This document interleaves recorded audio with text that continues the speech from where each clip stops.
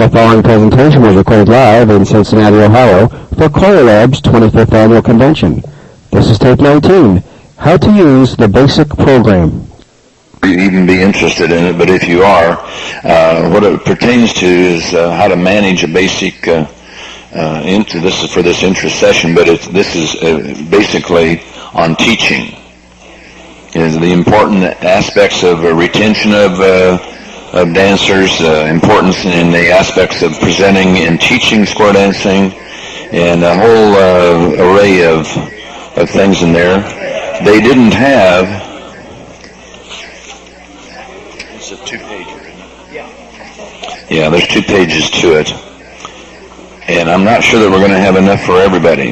They want to give me 30 copies, and I talk them into 50, and I don't know that 50 is going to do it, so we'll just have to wait and see. Are they gone?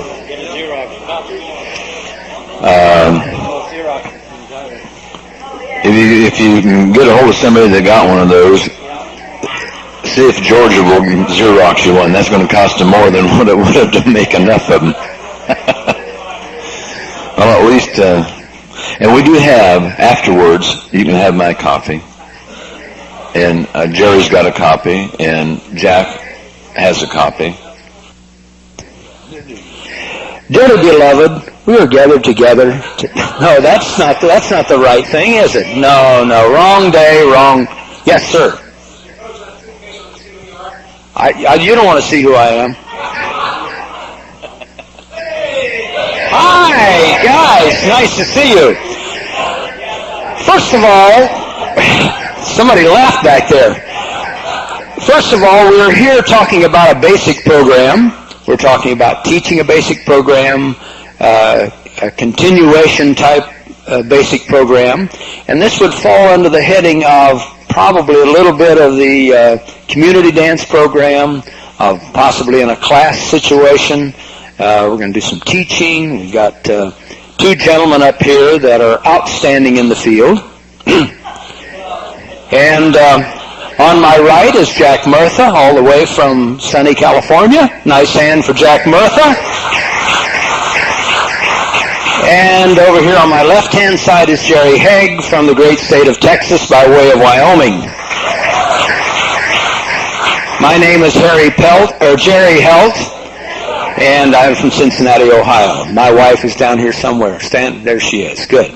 And we are happy to have you here, and we're happy to see a full house. We may be able to steal some chairs out of some of the other areas back here, and so you'll have a chair to sit down on. And yeah, and there's some here. There's open seats over here, folks. Come on in. Yeah, plenty of room. If you have a bladder problem, you might want to sit on the end seats back there. Yes, we have more handouts. Let's just kind of, as time goes on, we'll pick up with the handouts. I'm going to, Texas is a big state. I don't know how that compares with California. But as an opener today, we're going to start out with Jerry Helt. And let's give Jerry Helt a nice round of applause. Here he is, Jerry Helt. Thank you, Jerry. That's easy, isn't it? We just call you Jerry today too, Jack, and then we just don't have to worry about this.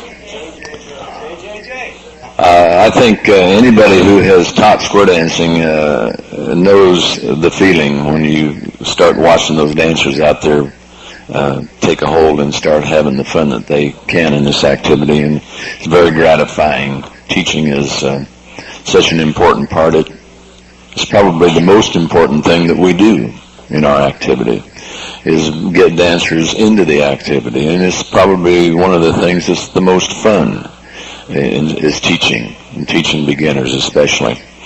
And I've given out a handout, and we're out of the handouts, and incidentally, I'm sorry we don't have enough to go around, but we'll try to make arrangements to. And this is a lot of this is a reprint of handout, or it came out in a Jack Lazary publication about 10 or so years ago. Anyway, it starts with promotion of square dancing in it's a long-term project. In other words, it never ends. And there's lots of good points in here about how you can advertise, what you can do to attract people into classes. For instance, I'm not going to go through and read this whole handout I give you. That's why we gave it to you. But callers associations, they can advertise and supply callers with party square dances, and you can also have flyers ready to hand out at all the one-nighters that you do. One-nighters, of course, are a great source of new dancers. Anytime you get the opportunity to do a one-nighter, you have the opportunity to really sell some people on square dancing and get them into your next class. That's the groundwork, of course, for our whole activity. If we don't do it there, we're never going to have an activity left. Got to do it. Got to do it. Picnics. Anytime you have a club picnic, there's always people, what are you guys doing? Well, we're a square dance club. A what? And then you can snag them there. You can probably, a lot of times you have the opportunity to dance for them, because a lot of the club picnics also include some dancing. So never miss a chance. Anytime you get a chance to have any non-dancers close by, don't miss the opportunity to have your dancers talk to them. You can't possibly reach them all, but your dancers can take care of a lot of them too. And take part in civic functions, parades, holiday activities, square dancing. Keep it in the public eye as much as you possibly can, and you'll go a long way in promoting and putting some people into your classes. Once you get them there, of course, you got to keep them. And keeping them happy is probably the first two lessons that you have. They are the most important lessons that you'll have. If you don't let them have and let them have enough fun in the first two lessons, pretty soon you're looking around, you start with 5 squares and you got 1 left. So you've got to keep the fun in lessons, as you do in any part of square dancing. But very important, don't make it a job for them. This is a recreation. This is something they came to do to have fun, and you must put the fun into it right from the start. And very easy to do that. And speaking of teaching, a lot of guys have asked me, well, I really don't know exactly how to follow, and from one basic to the next. If you're not familiar with this manual, it's a Caller Teacher Manual. It was put out by American Square Dance Society. Great book. And it has all diagrams, tells you how to present the basic, how to teach it from start to finish. Lots and lots of good material there. If you're not familiar with that, you should be. If you don't have a teaching manual, you should have. This is probably as good as you're going to get right there. And as you progress from finally getting those people into a class, and then you've got to have control, of course, over your class. We want to make sure that it doesn't get out of hand, but you don't, of course, want to have a heavy hand. So as we say, you've got to keep it fun. Beware of the feelings and the fears and the mixed personalities of those who are attending the class, especially during the first month or so. So you've got to pat them on the back, not the hiney. Pat them on the back and make them feel like they're accomplishing some things, and make them feel good. A good teacher has lots of patience. These are all things that are in this handout. A strong regard for the feelings of others. Add humor to the program. Always a little story. This guy's great with handling people, and if you've never seen Jerry operate, it's a joy just to sit back and watch it happen. Questionable. Get to know the class members by name. Very important. Everybody likes to hear their name. And it's very important when somebody comes in the door to your class after they've only been there once and say, "Hi, Bill. How you doing? How are you and Mary doing? Nice to see you." Come on in, been waiting for you. Ah, it knows my name already. Those are little things but very important things. The tone of voice. You want to avoid a tone of voice that shows you are annoyed with them. Sometimes that's hard to do, isn't it? Kind of hard to do, but we can learn to do that for sure. And create an atmosphere for learning that is relaxed and positive. Have a way to gain their attention without being offensive. We have to sometimes think about those things ahead and think about them before we get into a situation, and then as you're going home you say to yourself, oh man, I wish I hadn't done that. Too late. So if you can avoid that, of course, beforehand is much better. You're going to visit with the dancers between tips. Just don't go off by yourself or go over and look at your next lesson. You should be prepared ahead enough that you don't have to do that. Get out there amongst your people, you visit with them, talk to them, and there's where you'll find out. They won't raise their hand if they're having a problem, but when you come by and you say, hey, you know, that last little thing we did, I still don't have that very good. Could you do that again? They'll talk to you on a one-on-one, but they don't want the other people to think they didn't get it. They probably feel like they're the only one that didn't get it, and they won't make the noise like that. So you've kind of got to make yourself available to them. Be out amongst them. And you got to show enthusiasm. That's throughout the whole length of your lessons for sure. And it shows you really are calling and teaching to them. I'm going to slide this on over to Jerry for a little while, and we don't want to spend a lot of this stuff. I want you to take with you, and you can go over it and review it before every lesson if you like, because a lot of it is so important, and we have to kind of remind ourselves so many times that this is fun for them, and we have to retain that same attitude all the way through the lessons. Then they'll move into the club, hopefully, and they'll enjoy when they get there. And also it takes preparation for the club to accept the new dancers. We've really separated our activity more than it should be. With all the programs that we have, the dancers like it. The dancers are happy with it because they don't have to go dance with a beginner anymore. But they have to be reminded sometimes that how important it is for us to go back and dance with the beginners or the new dancers. If we don't do that, the dancers feel like they're not accepted. The new people coming in say, these guys are not very happy to see us here. They're trying to get away from our squares. Every time we square up, we all end up in the same square. And that, of course, is that's like poison. If you're at the club dance and you have your new people there and they all end up in the same squares, you know what's going to happen. They're going to be the first ones to go down because, first of all, they're so nervous about being there to begin with. So you need to prepare your club ahead of time and say, hey, we have to let these people dance. Go get them by the hand. Bring them into your square.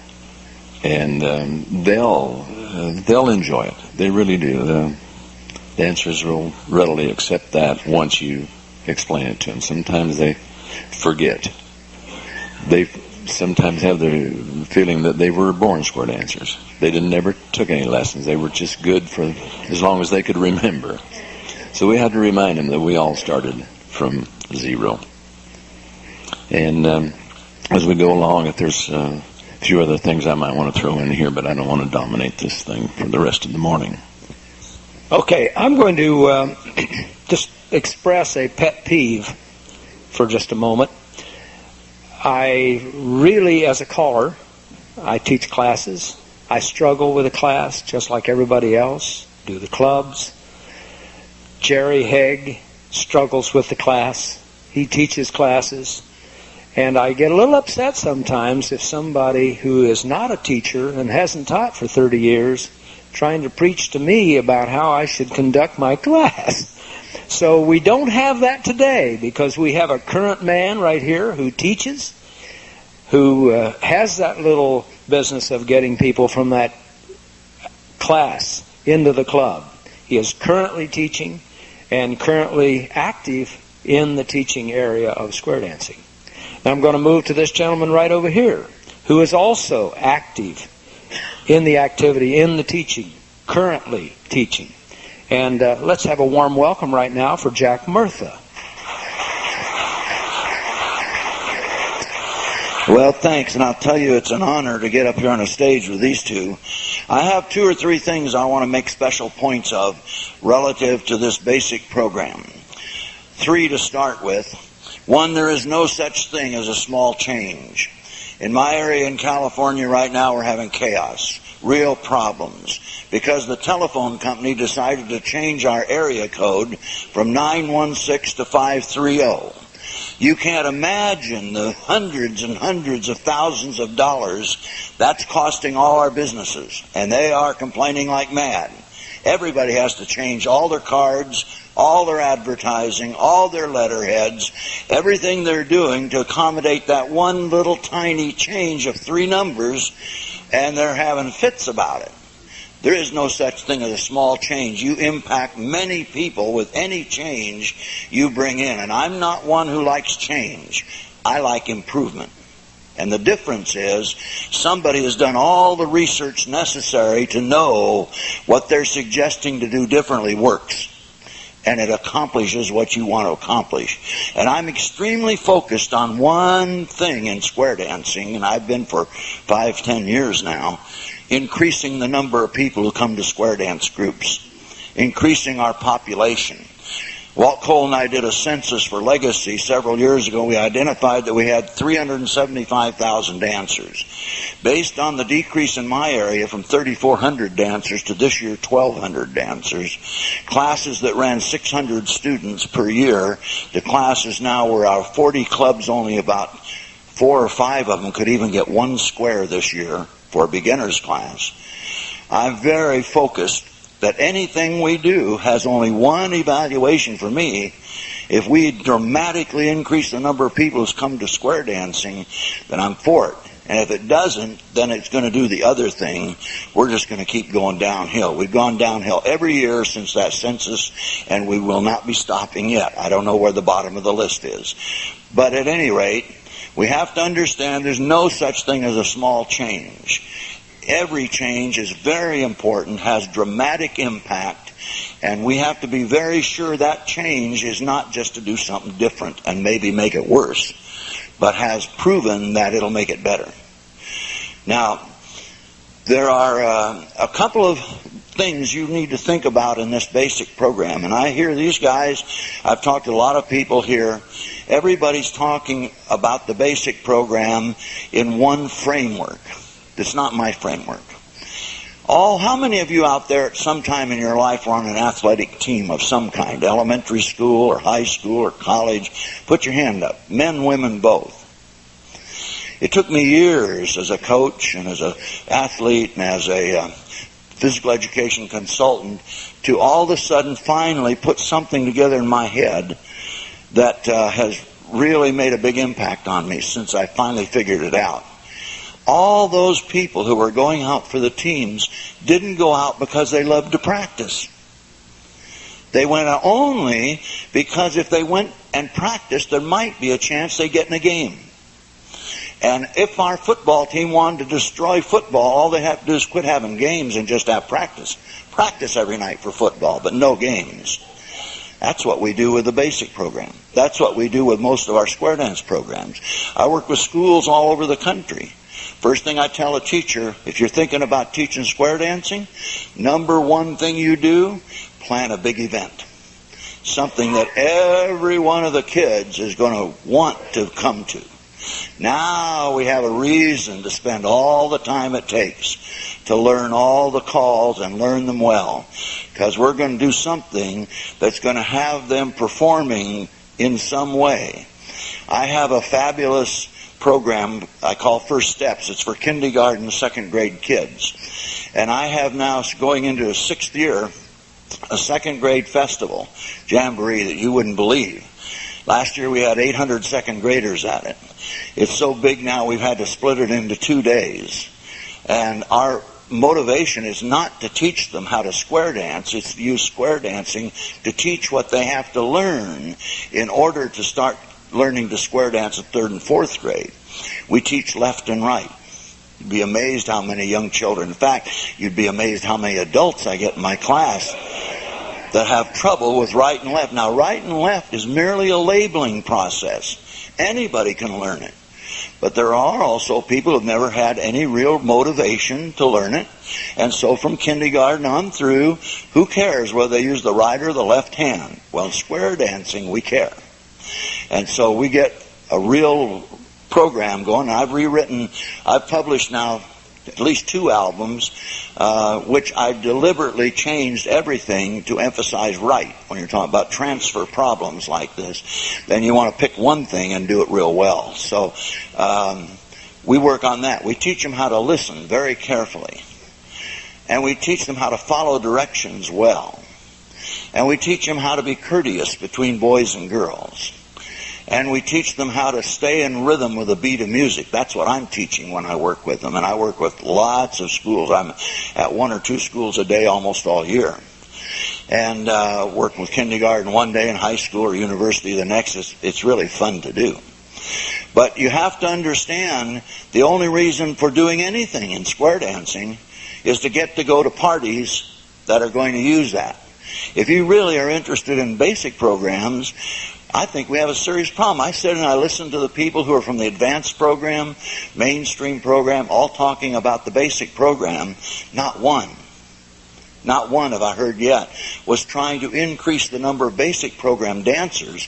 They're just trying to figure out how to get through that thing faster to get to the good stuff up here at Plus and Advanced. They're not voting to do things that will make the basic program bigger and have a lot of people join it. All they're doing is using the basic program as a part of progression to get out as fast as you can. We talk about trying to set this up for 10 weeks or 12 weeks. I've split the basic program in 2 halves. I have what I call the starter program and the party program. And I take 3 months with each half. And the whole idea is that I want to keep people working with and having a wonderful time in the basic program. Because another thing I learned over many, many years, that's where all my recruiters are. The best recruiters I've got in square dancing are people who just came into square dancing and are excited about it. And by the time I get them to Plus, they're all concerned about their own dancing and their own clubs. They're not really so interested in working with a bunch of beginners down here and trying to recruit new people that are going to change their Plus program, and they'll have to go back and do something else. But those new people, the only program in square dancing that can cause square dancing to grow, the basic program. Only one program in all square dancing deals with people who have not square danced before. Mainstream doesn't let anybody in that hasn't been a successful basic dancer. Plus isn't about to open up to anybody that doesn't know how to dance mainstream. Advance would have fits if we sent them over a whole bunch of people who never square danced before. They've got to have people, excellent Plus dancers. Only one program deals with people who have never square danced before, the basic program. The basic program should be the biggest program we've got, but it isn't, because it's not popular with us as callers, and it's not popular with our dancers. Their interests are in whatever that caller and bunch of dancers in their area is promoting. And in California, that's Plus. They don't even consider you a square dancer until you're dancing Plus. If you don't dance Plus, if you dance at a mainstream or basic dance, those are beginner dances. And Plus and advanced dancers don't come to them with a passion. Even my own club, the Plus dancers don't come to my basic program. So you have to understand, we've got to do something to rethink what we're doing. As far as I'm concerned, only one reason for what we're talking about with basic. That's to set up a network of parties that are out of this world. Basic parties that these people are coming to learn how to dance so they can go to those parties. Forget the rest of it. We're not worrying about them in plus or mainstream or advanced. That'll take care of itself. If we produce a bunch of excited dancers who love going to basic parties and are willing to stay in that basic program for a while. I have a very small program. I haven't solved all this. We've been experimenting for a long time, and it is not easy to get people to accept this kind of thing. It's just so critical that I don't give up on it. We keep working on it. But it is one of those kinds of things that we have to understand. The basic program has to be known, famous for two things. It's easy to learn and it is fun. And then we'll start attracting some of those people out in the community we're not getting now. We have less than 1/10 of 1% of the population in the United States in our square dance movement. 375,000. They used to publish every year in magazines that we had 5 to 6 million square dancers. And I challenged them many times, where'd they get the figure? The only answer I got that made any sense at all said that one year a national magazine called them and wanted to know how many square dancers there were. So they gave them some numbers. The magazine came out and it published there are 40 million square dancers. And from then on, these guys could quote that national magazine as saying, that's how many square dancers we've got. But that's the closest I could ever find anybody that could explain to me how they ever got 6 million square dancers. We're in a role where we should have, the folk dance of America should have a massive, big impact on the dancing programs we have in our country. And that's only going to happen when we finally figure out we've got lots of people who don't like what we're doing. They do like square dancing.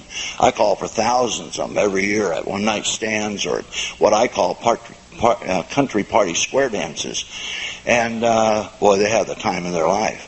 But I can't get them to sign up to go through a plus program before they get to go to another dance with their friends.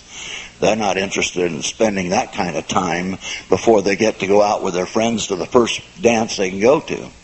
And so we have to rethink what we're doing. But I'd say that that's one major thing that it would help all of us to change our thinking. We're not trying to figure out how to use this as an instructional program better. We're trying to figure out how I get a network going of fabulous basic parties that then I can recruit people and say, hey, come on, we'll take a few weeks and we'll go to the first half one, 33 basic calls, and we'll go and then we'll start teaching you the second half. And in 2 or 3 years, why, we'll have a good time. The one thing that's happened in this for me that I'm proud of is that I don't have a very big group. But I have people now who come once a week, every week, to my basic program who have all continued on to mainstream and plus. They've learned mainstream and plus, most of them 2 or 3 years ago. They never missed my basic night. That's because they went through the basic program and they've had a good time with it. I can't get any of my plus dancers to come that are regular plus dancers. They're not about to come over and do that. But I've got people who trained with me now who are faithful. They come every week to help with anything, and they just enjoy doing this in addition to what else they do. So I would love to be able to trigger in you a little different perspective about dancing the basic program. I think it's a critical program. I think it's got a lot of complications. I think it's very hard under our present environment to make this work the way I'd like to see it work. But I think it's critical to square dancing, just plain and simple. There is no way square dancing can ever start growing again until the basic program is much, much, much larger than it is now. We'll go downhill because we don't bring in anybody to any other program. We just change people between programs. Our plus program doesn't get basic dancers. They get people who are already successful mainstream dancers, and they take them from other clubs. Some caller that comes in and is real popular and has a fabulous program, here's all these dancers migrate to his program, and it grows like mad. But square dancing doesn't grow. Only his club grows. And square dancing gets smaller because a couple of those other clubs go out of business. They lose all their people to him. And so we have to remember, only one program in all we have deals with people who've never square danced before. And those are the people that make us grow. We have to have more of them than we have of people who quit square dancing each year. And that's hard to do right now. You have to get more people to start that have never danced before than we lose every year. So it's a big challenge. Okay, well, I would like to get some discussion in here of some of these points, because I know they are not common things people accept a lot. And I'm wide open to hear and learn more about what you feel and think about things like this. Maybe I better turn this back to Jerry. Thank you, Jack. I'm on a crusade, and I'm going to pass this along for what it's worth. And maybe all of you can take this back to your dancers and pass it on to them. Because dancers are saying, what can we do immediately to help this activity? How can we advertise square dancing? I've got a suggestion for you. The next time you sit down at your meal in the evening, you get one bite of food in your mouth, the phone rings, right? Hello, Mrs. Smith, how are you today? You know what that is, telemarketing, right? Now, what do most people do? Thank you very much, hang up. Some say, suck off, hang up. It disrupts your meal. It upsets you. You want to get even? The minute you know that that's somebody calling as a telemarketing, say, I'm so happy you called because we want to get you into square dancing. It's the greatest recreation going. If you'll give me your name, your number, give me your manager's number right there. We'll call you and get you into square dancing. So, folks, the next time you get that call, don't hang up. Say, I'm so happy you called. Do that. That little booth for That's right. Now, let's think about that a minute. That person who's on the end of the phone, who's doing that business, working for that, I'm sure that person's going to stop everything they're doing and turn to the person over here and say, you're not going to believe... You're not going to believe this call that I just got. He's going to turn to this person. You won't believe what happened. That person's going to go home that night to the household and say, you're not going to believe what happened at work today. This kook called me on the phone. I called them and they want to get me into square dancing. So that's publicity. So take that back to your clubs. Let those people, I'll tell you, it's the greatest feeling in the world to do that. You'll walk away and say, man, I did it today. Wow. I would like to give this group a test, a physical test here today. You're all callers in here, and it's always nice to find out what the ability is with this group. But everybody put both feet on the floor. Good. Take your right foot and rotate it in a clockwise circle on the floor. Just clockwise. If you got a digital watch, you might have a little problem here. Keep the foot rotating in a clockwise direction, and with your right hand, make a normal figure 6 that you would make on a blackboard. We got a problem. We have a problem. I'd like you to take this as homework. And by the end of our session, I hope everybody will have this accomplished. And from here, we're going back to Mr. Jerry Helt, who has some things for you right now. Here's Jerry. Pretty good, Jerry. I like that. We're still into the teaching mode for sure, and there's some important aspects in the presentation of teaching square dancing. Be prepared for your night lesson. Be fully prepared. This includes what needs to be reviewed after your first lesson night. Then what are you going to review for the next week, and how much time you think you're going to have to spend on that. But be prepared to do that, and then be using short and to the point explanations, and in a good, clear teach, and repeat that if you have to. Always teach from the heads, then teach from the sides. Don't stop at the heads. It gets a different feel from the sides. Next time they square up when you review, you might want to have them say, okay, if you were sides last time, try to move into a head position this time. It'll give you a little different feel from there.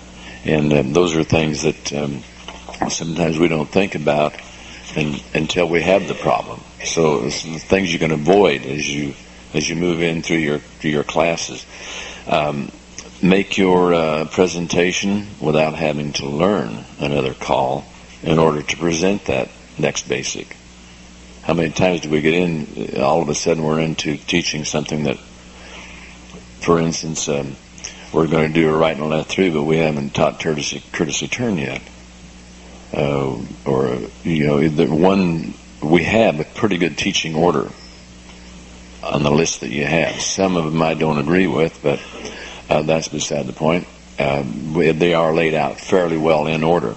But make sure that you don't have to teach something about the time you get into a teach on a basic that you got to stop and teach something else in order to make that one work. So, there is a definite teaching order. And like I say, sometimes I can give you an example of one that I use ahead of lead to the right and circle to the line business. Lead to the right, of course, is a basic of its own, and a lot of dancers have forgotten that because we always circle to the line, or most of the time. But I always teach California twirl ahead of it before I teach circle to the line. But what do you do right at the end of a circle to the line? It's a California twirl. So once they understand what the California twirl is, the circle to the line becomes a much easier basic to teach. And they can unfold out to that end of that line, and the lady turns under, and they've already done that part. So, and that's not ahead of circle to the line on your list, but you'll find those things are really handy when you get into teaching. Teaching techniques are something you develop, especially if you have not done much teaching. You want to get to a class of an experienced square dance teacher. It's worth many times what you could buy if you had to go buy something like that. Just go to a lesson and watch a proficient teacher teach, and it'll be worth your time, I'll guarantee you.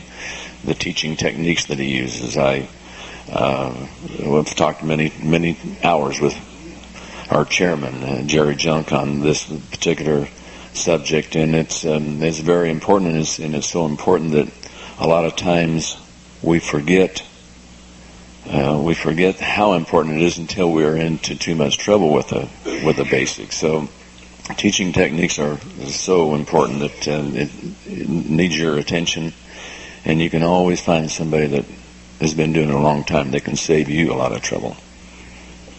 Have several dance routines ready for practice with a quick out to an Alaman left. Practice, repetition. I read one time that a study from the University of Minnesota that it takes 120 repetitions. They weren't talking about square dancing. They were talking about anything. 120 repetitions for the average person to then retain that and have instant recall for whatever you're trying to remember from now on. It's 200 for me. 200. Well, let's say the average. Low IQ. So you got to keep that sort of thing in mind when you're teaching beginners. You've got to keep in mind that you're not going to show it to them once and they're going to have it. It's the repetitions, the practice and the routine, and do until you think they've got to have it by now. But keep reminding yourself 120 times. Then they will have it. So it takes a fair amount of floor time to get that done too.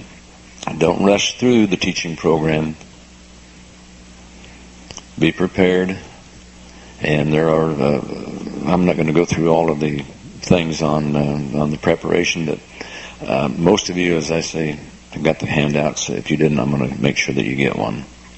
Develop several ways to teach and explain a call, not just necessarily one way. I found one of the discussions with Jerry and I had one time was on wheel and deal. from lines of 4. And I always teach lines ahead of two-face line wheel and deal. I always teach from the lines first and pass through and wheel and deal. Well, before I teach wheel and deal, I teach trades, a lot of trades. And I also teach couples trade.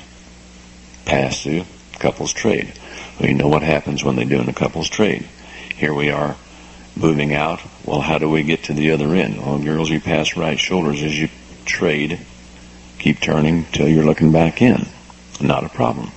You can teach them to couples trade very easily. So you do that for a while. And then you get to wheel and deal. And when you pass through, okay, we're going to do a wheel and deal. Now, we all know how to couples trade. Okay? When you start your couples trade, you're only going to do half of that couples trade until the girls are up there to right shoulders, just like they've been doing. And then have the centers face and the others turn in behind them. About 2 times like that, they've got wheel and deal from lines of 4. And it becomes a much easier call.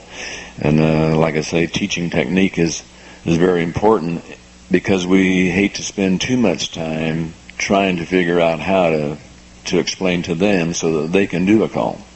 So the less time you have to spend in the teaching process of a basic, the more fun they're going to have with it. Bing, bing, bing, they're off and dancing again. Standing is always awfully hard on dancers. So teaching techniques are very important, and be prepared ahead of time.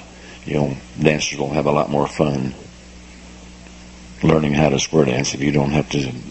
Naturally, it has to be done, but it has to be short and to the point. Mixers are good. Mixers are good in the teaching of the beginners. And I'm sure most of you have a mixer or two in your case that you can use. Use them. It mixes the people, gets them dancing with somebody else, and gets them acquainted with the rest of the people in the class, and they become pretty soon they become a pretty tight-knit group once they feel real comfortable moving into a square with friends they've already danced with. Teaching from the known to the unknown, and providing equal time for the heads and equal time for the sides. So these are things that, well, you know, we all of a sudden we're working heads, and all of a sudden the sides are standing there. Oh no, I get my turn at this, you know. So you want to make sure that you spread it back and forth. That always helps. Using words that the dancers can hang on to, can grasp, and they'll remember. Lots of little tips in here. And again, I'm still got another page or so here, but I'm going to let Jerry take over for a little while and let him get back. The teaching, as you can see, we think is such an important part for this plateau, and it's the only plateau that we have that's going to put any dancers in our activity. We've got a question down here. Yeah. Testing, 1, 2. Stay away from the speaker. Yes, well, I'm a new caller, and for teaching and stuff, I've been around a couple of other callers and watched the way they've taught and stuff like that. But some of them use different, not necessarily techniques, but the time that to keep the dancers up. And I was wondering, what's the standard? Is there something written somewhere on a standard time to keep the dancers up when you're teaching them something new? Because I've seen some keep them up for a half hour. I've seen some keep them up for an hour. Personally, I think an hour is too long to keep new people up. And I just wondered if there was something written somewhere like that for new callers like myself, so we have some guidelines. Address it. I think, you don't want to keep people standing. As long as they're moving, you can keep them up a little bit longer. So if it takes a little bit longer for the teach, and naturally once you go through the teach, you want to be able to let them practice and do it for a while. But I think a 20-minute shot is probably max. Give them a little break. It also, the break will let them rotate in the square, get in a new spot, and see it from a different place. And don't keep them up. Half hour is too long. An hour is by far too long. Especially in a bad square. Yeah.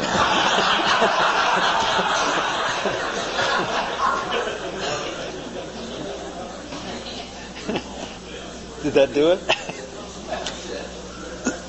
One of the things that I get from callers, they look at this CALLERLAB list and they say, how could I ever call a dance with 25 basics or 22 basics or 24 basics? How could I make that interesting? Now, I have a recommendation for you. Go down that list and see what you can do with, let's say, the first 6 basics. All the variations of that basic. Or those basics, I should say. It's interesting what you can really do with it if you just think about it a little bit. I'd like to do an example. The third one on the CALLERLAB list is what? Do-si-do, isn't it? Yeah, do-si-do. Wonder what we could do with that. I'm going to try something. You ready? Let's do a little do-si-do exercise here. If I can get my wife up here. And would you two folks help us out a little bit? Good. Come on up. Do-si-do. Where does the word do-si-do come from? French, right. Dos-a-dos, meaning back to back. Right? Is that what it means? Sure. Any French students in here? If we do-si-do with somebody, we do it with an oncoming person. We'll just do the definition of do-si-do. And if I face Kathy right here, we'll do just a quick do-si-do. And if you folks would like to do it, it's right shoulder, back to back, left shoulder, back to place. So we go right shoulder, back to back, left shoulder, and back to place. Right back where we started again. If we fractionalize it, we're going 1/4 right shoulder, back to back 2/4, left shoulder 3/4, and back to place 4/4. We're back where we started. Okay? Got notes on that. Okay. Now, let's look at some variations of do-si-do. For example, we could do-si-do the opposite person, of which we do many times, unless they do some sort of a variation swing around or whatever some people do. But let's stay within the vein of a pure do-si-do back to back. Okay, so if we do-si-do the opposite, back to back and back to place, we're there. It happens to be a gender-neutral movement, if you want to call it that. 2 ladies do-si-do. Good. 2 gentlemen do-si-do. Excellent. We could also reverse do-si-do, left shoulder back to back. We could do that, couldn't we? We won't have to do that, but we could do that. We could do-si-do 3/4. Why not? Let's try a do-si-do 3/4, and let's see where we might wind up. Lo and behold, we're into a left ocean wave, are we not? That's interesting, isn't it? Let's back up a second. Let's do a half do-si-do. That should be interesting, shouldn't it? I guess we have a step through there, don't we? Or a pass through? What is that, Jim? A step through or a pass through? Pass through. Okay, good. Let's go back to place. Now, I'm going to get in trouble now. We're going to do a couples do-si-do. Can we do that? Sure. Why not? Now, some bright caller got on my case about this and said, that's out of the challenge list. The couples concept is challenge. And I wasn't bright enough at the time to say, well, I guess that eliminates couples circulate, couples promenade, and couples swing. So I think we can accept that as a couples do-si-do, can we not? Okay.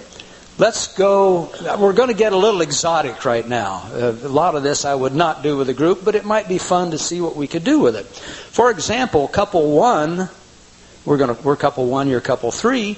Couple 1, do-si-do with a lady. You're going to have to separate, sir, so we can get around you. Good. Couple 1, do-si-do with a gent. Why not? Hey, not bad. Why don't we do a mirror image do-si-do? Aha. Mirror. My wife corrects me. I'm from Ohio. I'm from the river. Okay. Let's do our little mirror image. Here we go. Ready? We're going to split. It's like a split do-si-do. So what are we doing here? We got a little left do-si-do in there and a right do-si-do. Let's have this couple split do-si-do with us. Interesting little movement, huh? Well, let's go a step further. Let's take two hands. And we'll wheelbarrow do-si-do. Gents back to back.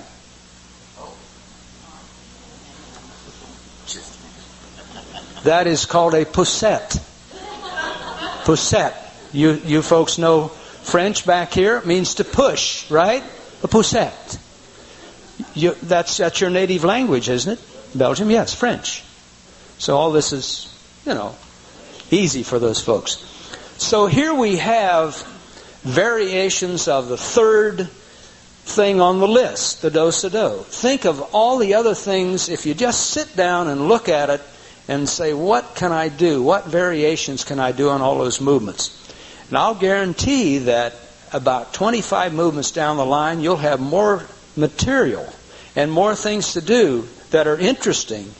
I don't say get real exotic. We're getting a little exotic with some of these things. But a lot of those movements you can do. People have fun with it. And there's no end to the fun and material that's right there. Somebody says, well, how are you going to do a do-si-do? It's just old back-to-back, Anybody have any other variations here? They'd like Jim. Do you have another variation of do-si-do? Good.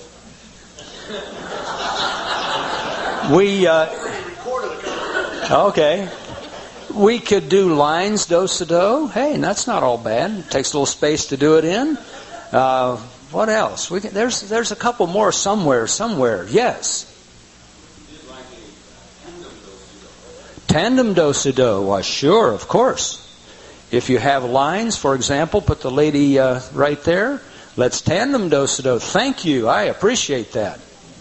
I got a new one for my repertoire. And the ladies singular do-si-do. And the gents double do-si-do. No, I'm just kidding. Yes. With 4 couples, of course. Yes. A nice hand for our exhibition dancers out here today. Very good.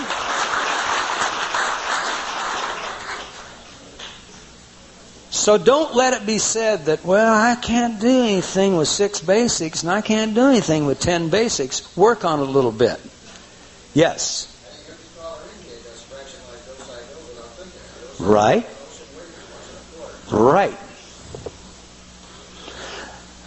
I'll tell you what, can we open it up for questions right now? Now, I want to pass this mic down because you got to use the mic. Ron Ron, take the mic, please. Dear, take the mic. We need it on the tape. Tell who you are, where you're from. Ron Black, Los Angeles. Within your 6 basics, how about a circle? Can we have 4 couples jump up real quick? 4 couples jump up real quick. Just 4 couples jump up real quick.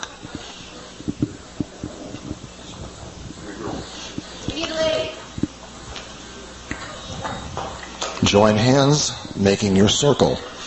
Number 3 couple. No one else is allowed to let go of hands. You may not let go of hands. Number 3 couple, make an arch between you. Number 1 couple, take the square through the arch. Gent go left, lady go right. Called rip and snort.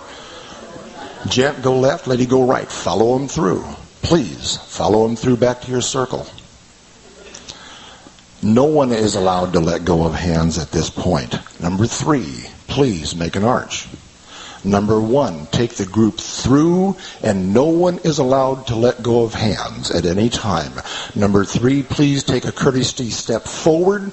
The square should pop out, inside out. The last couple has to do it. No. Don't let go of hands. Don't let go of hands. Otherwise, Thank you. Put your hand on her shoulder, please. Thank you. You now have the square inside out. Number 3, please remake your arch. Number 1, back through the arch.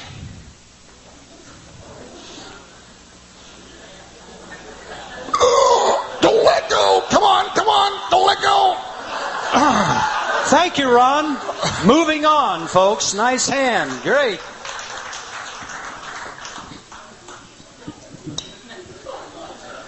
We are, yes. Where's our portable mic? We've got a question. question back here. Just a second. Yeah.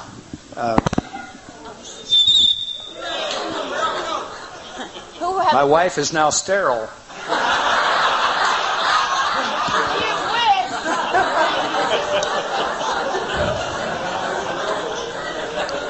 Jerry, your demonstration of do-si-do was fantastic, but I run into callers that don't do those kinds of things, and they say, well, where are they ever going to ever dance that? Because it's not maybe a standard application of what we normally do. The other callers I've talked to said they take the attitude, why show it to them if they're never going to do it? I'm in complete agreement with you of doing those kinds of things that you just showed, because it does emphasize the definition of do-si-do. But what is your comment in return to these other callers that say nobody ever calls it that way? Okay, we're back to this standard application. In the contra world, in the quadrille world, in looking back at some of the older dances, we find that standard application at that time was one thing, and what we call standard application is another. This is a debate I think we're getting into on what is standard application. I had a man tell me one time that I was nothing more than a gimmick caller because I called a teacup chain or something like that. And then 5 years later it was on the list as one of our standard calls. And I probably was not a standard caller at that time. I think we go through a growth period where things are standard and not standard. It depends on who sets the standard. Is this standard application or is it not standard application? Now, going back, I want to defend myself with this do-si-do business. Some of that was strictly exotic. You would probably never, ever use some of that. But again, some of it is a little different, and you may use it. Now, some callers will say, if you don't do it a certain way, it's not standard. According to whose standard? According to what standard? Is it written somewhere as a standard call? That's the only defense I have on that. Mike, yes, right over here. Something you ladies can't do. 1, 2. Okay, Regina Colson from Germany.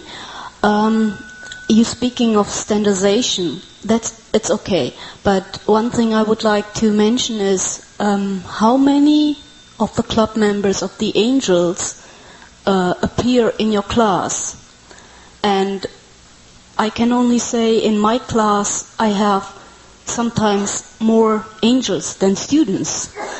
And they really, and I always try to find a little gimmick for them that they have never ever danced, but it's easy. The students can do it and the angels can do it. For example, I like to do for boys roll away. And everybody can do it. And the angels, they really enjoy, even though they never ever dance it at any special dance or how you call festival dance. Thank you. Thank you. A gentleman back here with the turquoise shirt. Well, Art Anthony from Rumford, Rhode Island. Nobody knows where Rhode Island is. You do, heavenly. What I'm saying here is great. But I think once again, and I go back to we spent a whole day almost in 2000. We should be thinking about basic as dancers for people to stay with. I think, Jerry, this is what you do. If it's a little off standard and dancers don't know how to do it, we don't care. If we keep our basic dancers, keep the people down there dancing and having a good time, maybe eventually they'll move to the clubs.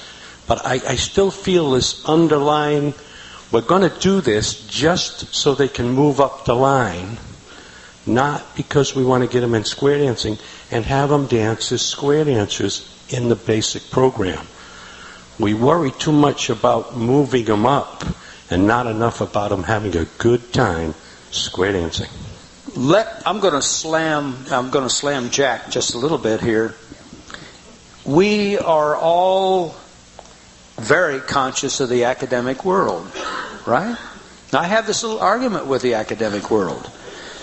If we go into the first grade of school and we go to the 8th grade, you don't stop at the 8th grade.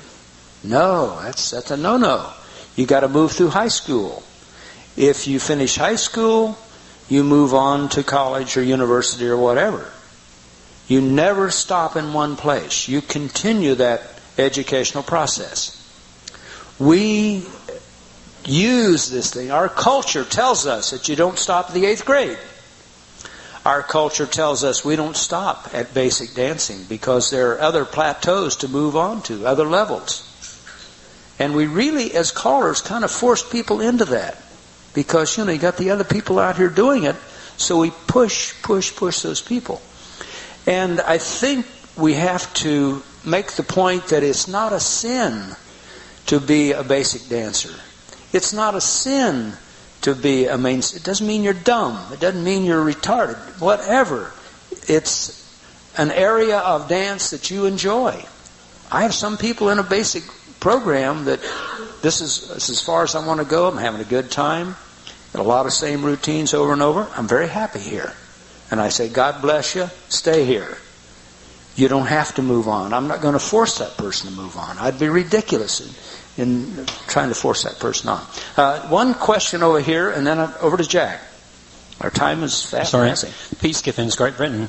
That was an extremely good example of all the embellishments that us old dancers experienced in our learning to dance. These are the things that we throw away in the haste to get to plus. Thank you. To Jack Murtha.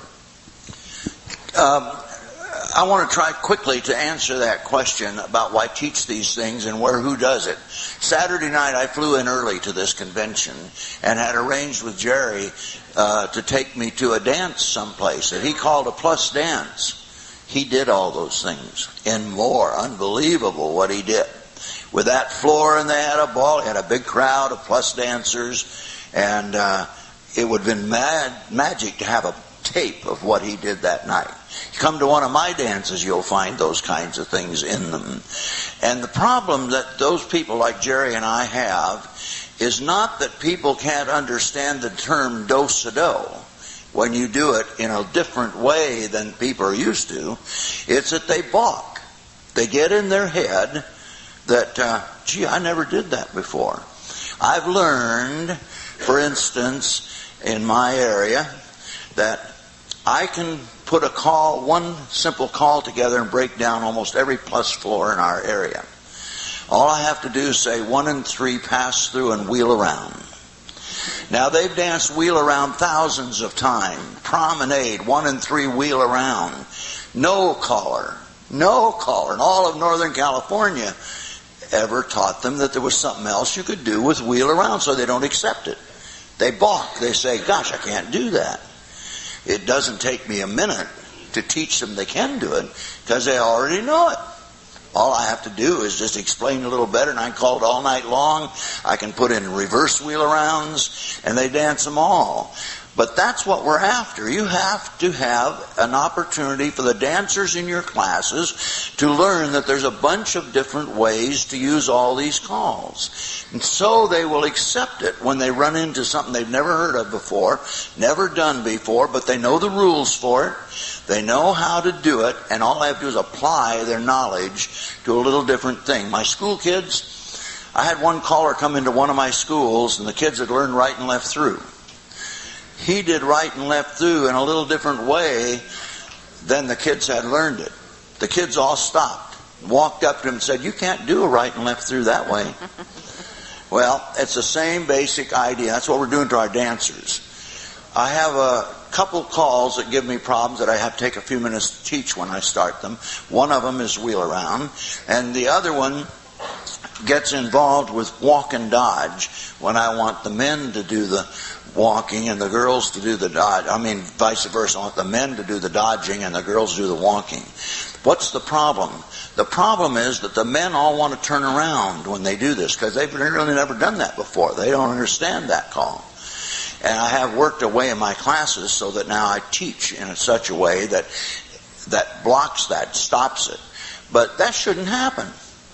I take the philosophy, and in terms of what you're talking about here, I just got really brought up short before I left California. I had a couple come to my class. They walked up to me and said, "We used to dance with you. We danced with you for 2 years, 20 years ago. There wasn't a single night that we came that you didn't teach something new. We didn't come to learn a lot of new stuff. We came to dance. We want to just come and dance." So we went back to ballroom dancing, which we love. Nobody at a ballroom dance stops everybody and tries to teach them a new call. You just get a good band and dance. That's what they expected out of me, and I didn't give it to them. They came up at the end of that night and said, "You're still doing the same thing. We're going back to ballroom dancing." There are a number of people out there, and they are not in our activity. They're the ones we screen and get rid of. What I have is a big, big urge to get them to come in and stay in. And I know that there's a lot of different philosophies about what people want to do, but one of them is a whole bunch of them want to dance. They just want to come and have fun with what they know and don't care if I never teach them another call at all, as long as I'm good with what I've got. So I hope that gives you a little bit of an answer there. I think we're running out of time, so I better give this back to Jerry. Okay, we have about, first of all, I must apologize. I wish we had 2 more hours. I really do. And I really appreciate the panelists up here, Jack Murtha, Jerry Helt. A nice hand for those good people.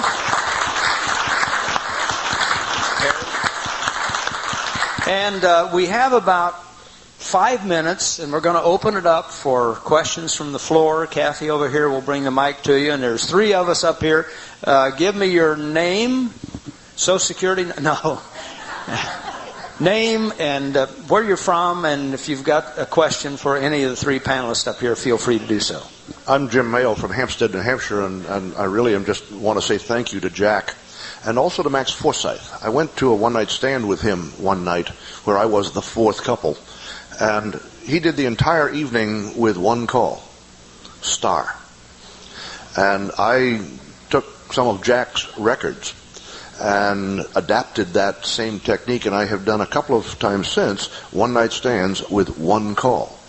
The same sort of variety that you showed with do-sa-do is possible with star, if you accept the fact that an Alaman left is a 2-hand, left-hand star. You can then go on all night. And many people talking about the basic program or the CDP program say it doesn't feel like modern square dancing. I see this on the internet a lot. We have to preserve or create the feel of modern square dancing. I believe that one-night stand with just 1 call felt like modern square dancing. I taught them that command, and then I used it in a lot of different ways without a lot of extra teaching. And I believe it felt like modern Western square dancing. I think we should not get hung up on the fact that we need 87 calls to make it feel like modern square dancing. I think we can do it with 1. Thank you, Jim. Gentleman in the back, Slim Sterling. Not to put you on the spot, Jerry, but your comment before, and I'll need this because I work in schools in 2 separate sections of New York State. The statement on the study at University of Minnesota, do you have a documented spot? Because if I'm going to say that on an educational scene... No, I don't have it in writing. It's been a long time ago that I read that. Because I've heard various statements of that type from other... all right, then I can't quite use it. No, I've quoted that many times, but it's been probably 10, 12 years ago that I read that. I'd heard on a 3rd grade level something to the effect of 23 times, but I'd never heard 120. But at any rate. Maybe it was with the people I was dealing with. Maybe it was the way it was presented. No, but it's you can well imagine how many times do you have to go through and dance the square through before it becomes comfortable. And I'm talking about the definition of the call, of course, which I usually do. I always give the definition of the call that I'm teaching, just as it's written, so that the dancers have an idea that, And I tell them, this is the definition of the call. We'll not do all the applications and the variations of that call during the teach. We'll get you started on it, and later we'll start adding some of the possibilities out of that call. Now, depending on the call itself, depending on the basic you're teaching, as to how easy you can add the definition to it, such as a do-sa-do. It's a right shoulder, back to back, as Jerry demonstrated. A little bit easier than doing a square through, isn't it? So, you got to take your time, depending on the basic itself. Jack Murtha. I wanted to make a quick comment about the question, how long keep people on the floor? One of the things that we want sometimes is some one answer for everybody. If you finally really get to be a teacher, you learn there's no such thing. Every single group you work with is different, and your ability to adjust to the group you're working with tells whether you're really a good teacher or not. As an example, I work with a mental health group about once a month. I wouldn't ever think, I dance them for an hour straight, and I wouldn't think of having them sit down or break any place and try to get organized again. And we have no problem at all keeping them on the floor for an hour.